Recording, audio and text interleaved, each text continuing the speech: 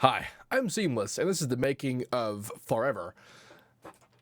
This is the first part. This is the part where I go over the arrangement and the elements. I identify all the things I used and explain why I wrote what I did and that kind of thing. And then part 2 is sound design, and part 3 is mixing and mastering. It's pretty regular if you're familiar with anything that I do. As usual, I want to remind you that you can get this project itself, this very project, what we're looking at, if you want to look at it yourself, by buying it, the deluxe version at the fixed store. You can buy individual projects, you can buy the whole thing. Buying the whole thing gets you a discount. Anyway, this track was interesting. I had kind of a goal when I started out to make it. I wanted to make a kind of like minimal beat kind of thing, like this style, like that really hard kick and really hard snare, but not very big sounding. It doesn't have a lot of like the roominess sound of an acoustic kit. It's just very, very, very like centered and electronic. And then like this bass was kind of interesting because like the kind of sounds like it goes up in pitch, and that's actually a product of the high pass that's on it. It causes the frequencies to kind of move when it moves around, but like it's just a straight note, and like that feeling of it was like 100% on, not on purpose, and then it just kind of happened to be that way. I also wrote it like this, the big pause here, that was an accident. I left it open because I wanted to put more things in there, and I just didn't. And I got used to it, and to the point where it just sounded fine kind of without it like being that kind of empty. And you might have remembered this from one of the old videos, one of the Thing A videos, but then it was just a drop at that point. It was a lot sparser. It's still pretty sparse. Like this track is rather sparse, and like I wanted it to be kind of like the R Silent from the R Silent, where it was mostly just about the drops, and just kind of what was around it was kind of irrelevant. And then I treated mostly what was going on around it with about as much irrelevance. I even used a very similar loop as I did from the a similar enough loop from what I used in the R Silent. And like I did get, as I usually do, stuck with what to do between the drops, because like the drop and then the next drop is really just the same stuff, just variations over and over again, not unlike the R Silent. And so I almost did what I did with the R Silent, which is just to have like a really small pause and then just have the second drop happen again. I was just like, whatever, fuck it. But I then that sort of changed when I elected to have a vocal sample in the drop, in the song anyway. So we have this whole thing. To master the body is to master the mind. To master the mind is to master the soul. To master the soul is to master life. And to master life is to live forever. And then later it changes to is to die forever. With lots of effects. Is to die forever. Yeah. I came up with that kind of on a whim. I wasn't really thinking about it. I just wanted to make something like kind of interesting in sound design, so that it really didn't matter what I was saying, because it was interesting to listen to for different reasons. We'll talk about how I did that in a sound design video. And then this whole like the to master the body is to master the mind. Like I was really just trying to come up with like something really simple to kind of put behind this stuff, because I didn't want to think about it too much. And it's not because I didn't want to work on it. It's because if I overthought it, it would be bad. Like, this is true for a lot of things, and I'm sure plenty of you have noticed this in your own stuff, that when you overthink things, you tend to go down places and then you don't ever come back. But then when you kind of let it be simple, it accomplishes the job, and then it is what it is, and that's fine. And then it becomes fine. It becomes good even because people associate it with the track, and you don't have to worry about it. You don't have to explain it. You don't have to justify it. So here is just like the R Silent, is just a beat. It's just like a really sparse kind of top thing, and then there's this. This is a harmony, I think. Yeah, it's just a straight harmony that just like does one of those, and then there's a vague progression. It's like really loose. And that's pretty much that. Like the intro is rather static as far as it's expected. 4 bars of actual intro. 16 bars of actual intro, 16 bars of like some sort of a beat, and then 16 bars of what would be a rise. But there's no riser in here. This is, again, just playing to like the super sparsiness of the general track. Oh boy, okay, there you go. And that's all the extra stuff. These are in here in case you don't have those particular plugins, just so that you can hear some of the audio. Like most of the time, I try to replace the reverb with one of the FL reverbs, which are fine reverbs, but the particular way that this guy sounds in the beginning is a quality very specific to Valhalla Shimmer. So that's why that sound design was required. And then there's this stuff, and then there's all these. So the sub is just a harmor. Oh, wow. The sub's actually a citrus.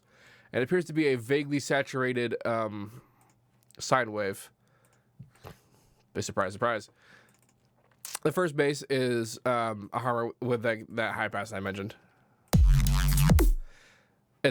I'll talk about that more in depth when we get to the sound design thing, but basically the function of the regular filter, of the minimum phase filter, changes the phase of it while it's playing, which is how digital FM works. So we're actually FMing the signal, which causes the sound like it's getting higher in pitch. To mimic that, I actually had to just basically make an approximate motion with the sine wave. I could have potentially high passed it to make it do that, but then I would have high passed the sub, and that kind of would defeat the purpose of a sub. This guy is a little bit more complicated, but what is even happening here? Is this two different?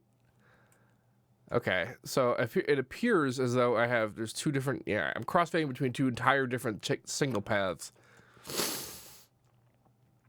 for reasons. Wow, I really don't remember what the hell this is. Oh, I think this must be like a square versus a saw version of the same thing. Yeah.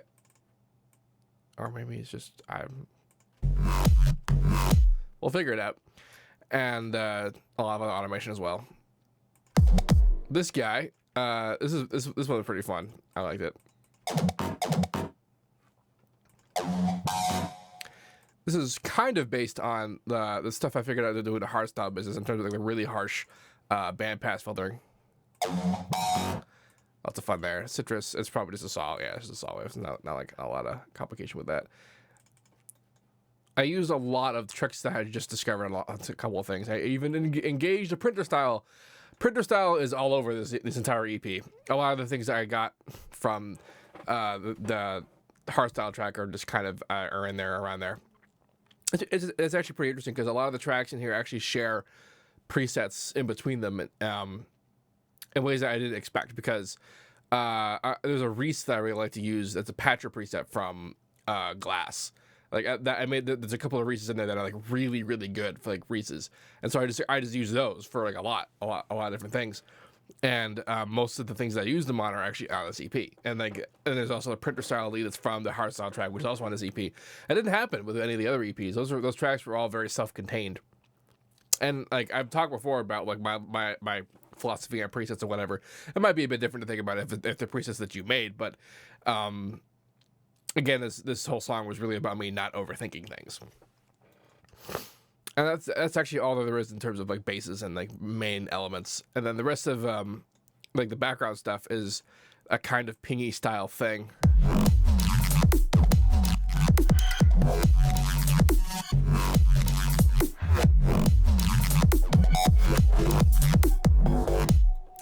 There's a couple of different ones. There's this one that has an actual melody, and then there's this one that's just like a straight note, and they're being background one and background two, and they're being automated on or off.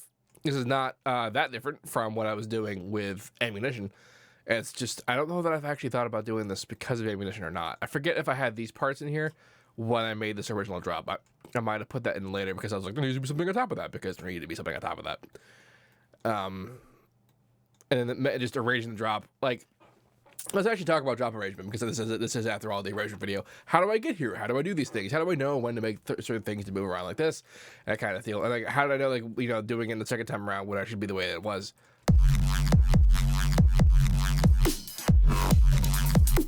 Or my personal favorite moment. Where is that? Is that here? I love that. But a lot of people, when they're newer producers, myself included, like I definitely had this problem when I was new, think that when you hear a song like this, the producer who made this track knew what he was doing at every moment of the way, knew what they planned it, like everything, every automation, every beat, everything is where it was because that's what they hear in their head. And that's like not even close to true. Like there are some people who definitely do that, and it's a little bit easier when you're doing simpler things, but for this kind of like really complicated bass in your face, everything everywhere kind of thing, almost no one like what almost no track was what anyone thought it was going to be when they started making it. I can't imagine that even Noisia, when they make some of the things they do, really planned it out to be that way versus just kind of going with the flow, and then what ended up happening ended up being the thing, and then they just kind of polished that to the point where it sounded like something that might have been done on purpose. That's entirely how I do what I do. And so how this stuff works is that I tend to break it up into sections. So like we have the first half of the drop, the second half of the drop. This track and tracks like it, like the Art Silent, for example, are a little bit different because I tend to be a little bit more freeform with it. I just kind of do things. I'm not worried about groove. I'm not worried about, well, I am worried about groove, but I'm not worried about groove the same way that I'm worried about groove for something like Ammunition, where the split is a lot more traditional. And in here, it's very much like, okay, there's this half, and there's this half, and there's that. And, you know, you get little tiny compartmentalizations of things. So if you look at like one of these loops,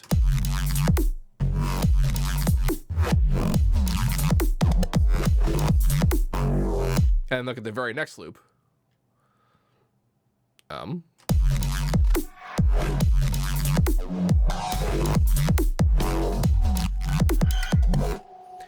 it's different, but it's still pretty similar. And so the way that this works is that like I write one of these. It so happened that I was lucky that I had a repeatable element. The repeatable element in this case is the, like, you expect it to show up on every beat. So and then, like, you know, you can make variations on that by not doing that. But that's a very simple thing to do. And it's the same thing kind of with Ammunition, and also a little bit with like from last EP, the Truck Puncher track, where I knew that at the beginning of every hit there was going to be like one of the chords kind of thing, right? And that makes it so like if you have those very simple expectations, you can do a lot very simple things to make variations and not have to worry about like highfalutin, like crazy beats, that kind of thing. Unless you really want to, obviously. So you make a loop, you make variations, and you double up, make more variations, and then the second time, like after 8 bars, you make a big fill. And so like the big fill has additional elements like rises and culminations of things, and then like different cuts, different than actual fills with the actual drums, that kind of thing.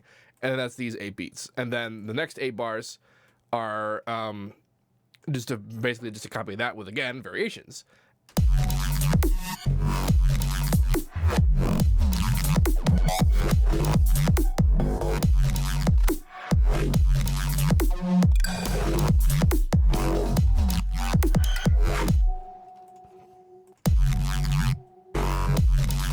And it's like, here's a bit of a thing where like you think usually you basically just escalate the fills at the end of larger sections.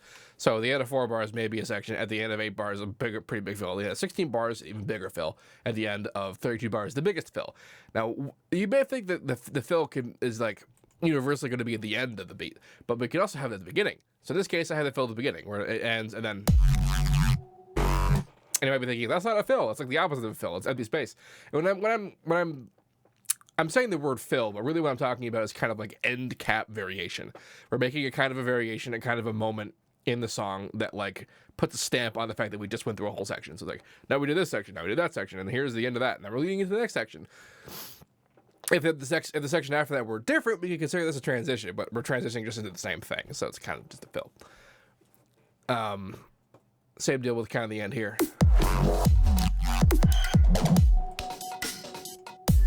And of course, now we're going into something completely different. And like we're just writing things and doing these things, like it really was just putting stuff down until it sounds good. And then you do that enough times, and eventually you kind of just learn things that you know are going to work, and you can kind of work around that, and you just build understanding of things. That's just how experience works. But even with the most experience you can have doing this kind of stuff, very few people ever do things like this on purpose. They can guess kind of where it's going to be, but they're still just guessing, even at the highest levels. And like the exceptions are usually made in styles of music that are a lot simpler, styles of music that are much more just easy to do, I guess. Because then you know what you're doing, and you know how you're gonna do it because it's just easy to do. But if you're trying to make like the next craziest, newest sound design sort of thing, then like you can't really fall back on experience, can you? So the next part, this whole fill bit, this is what I mean, where like I had to like. I was just going to do the R silent thing where I just kind of skip and then next part instead of that. But I have this whole progression now with the... So I kind of got to go with that. Now, I probably could have gotten away with just doing this exact same thing again, but we increased the intensity and it would have felt weird to kind of go back down to intensity. So now we have to layer in a whole bunch of shit.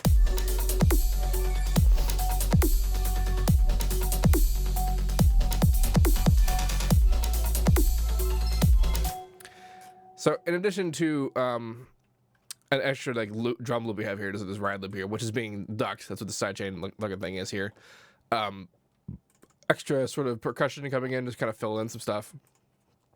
The loop coming in, the ping, the sub, and then we have, of course, this guy from the beginning, and then a lower version of it, which you can't hear because it's not like fully on right now. There you go. Or that's just what that is, I guess. Might be thinking, why did I bother doing that? Why didn't I just have the sub? Well, it has to kind of pulse. And I'm thinking, why didn't it just have the sub pulse? Because it didn't sound right when I did it. That's kind of what's up with that. And then we have a bunch of ARPs, like a lot of ARPs. This one doesn't even come in until later. I have a lot.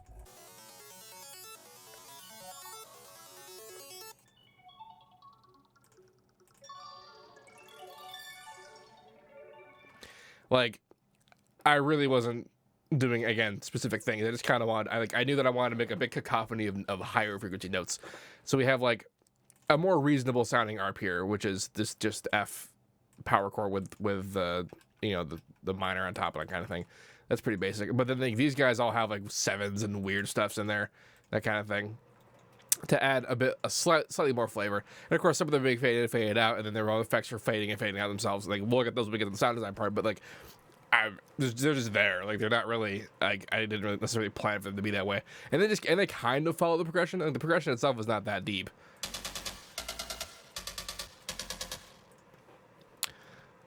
And then is that melodic minor, harmonic minor? Especially it's melodic minor, and then there's a voice.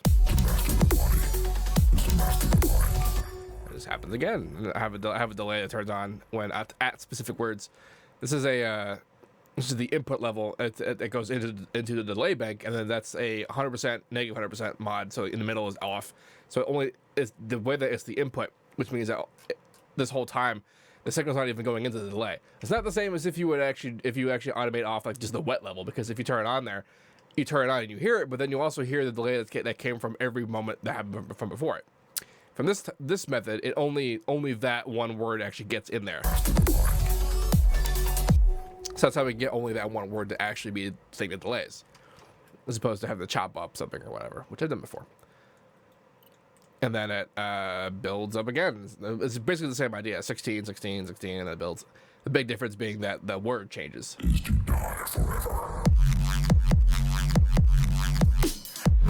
Now that was a lot of fun because there's a lot of stereo spreading, and I automate a lot of things that come on like to be really big, and then cut to just dead center. No, not the deadness of center. Dead center would actually sound like this. Oops. That's panning. There it is. Dead center versus. So not too far off from actually dead center, but compared to this, so it's like it's like just get whacked in the face with it, and that's pretty great. And then it just variations again. I put in the D-do thing in there, and again, yeah, and it just ends. Outros are the easiest things in the world, and it's not because, well, it's because it's the least pressure. Like, a lot of people will, design a track to have DJ intros and outros, so they have like the beat that comes in by itself and the beat that goes up by itself, so that it's easier to mix for a DJ. And it's almost like you don't have to worry about that anymore, because honestly, a lot of people have listened to tracks that have that in there so much that they just think that's how tracks are. And I'm not necessarily bashing that, because I've totally done this myself, where I'm like, because of how I've heard tracks in DJ mixes, it influenced a lot about how I wrote tracks, even before I was aware that it was because of how a DJ mixed. And the actual track sounds nothing like that. DJ intros and outros are one of those things that people are just accustomed to now. They don't even need to be told to do it, but they just don't really know why they're doing it. And this isn't really a DJ outro, and it's not really a DJ intro, but what I'm saying is that, like, in your real track, you don't really need to worry about it, because at this point, it's just over. You can try and be musical about it. You could try and, like, actually have the right sections and the right progressions and the right motions to get it to sound like it's actually something that was, important. But honestly, I don't care about the outro. Most songs that I've seen have perfectly acceptable endings that just stop after a drop. It just is nothing, and it's just no more. And honestly, I prefer that when I'm listening to stuff, because you listen to a DJ mix and you just don't have intros and outros. They're just mixed in the next song. But then like you listen like to a CD or Spotify, something a little bit more realistic, and then you have to like you're at the gym or something, you listen to the CD or Spotify playlist, and then suddenly it's like, okay, here's a 2-minute intro, and you're just like, god damn it, I just want the drop, I'm running, give me something. See, honestly, people have mixes for that exact reason, but it's just interesting how, especially for this kind of music, that intros and outros, like insofar as they're delivering to a drop, are important, but the actual outros, because they're not going anywhere, aren't that important. So you can do kind of whatever you want, and historically I have done just kind of whatever I want. That's why I just did it. Not a big deal, and then it fades out. It's not it. I didn't try very hard to make it special. This is one of these. This is a very typically seamless track where I'm focusing all my efforts on making the drop awesome, and then whatever's going on in between that is largely not my problem. Yeah. So that's this track. Not a huge amount of, honestly, like, there's not a lot to this. It's very thin. It's very like punchy for that reason, and because it's just the sharpest of hits. It's like not a lot outside of that. Even that. Jesus. And repeatable elements. It's very groovy, very like kind of this headbanging, like, yeah, all right, we're doing it.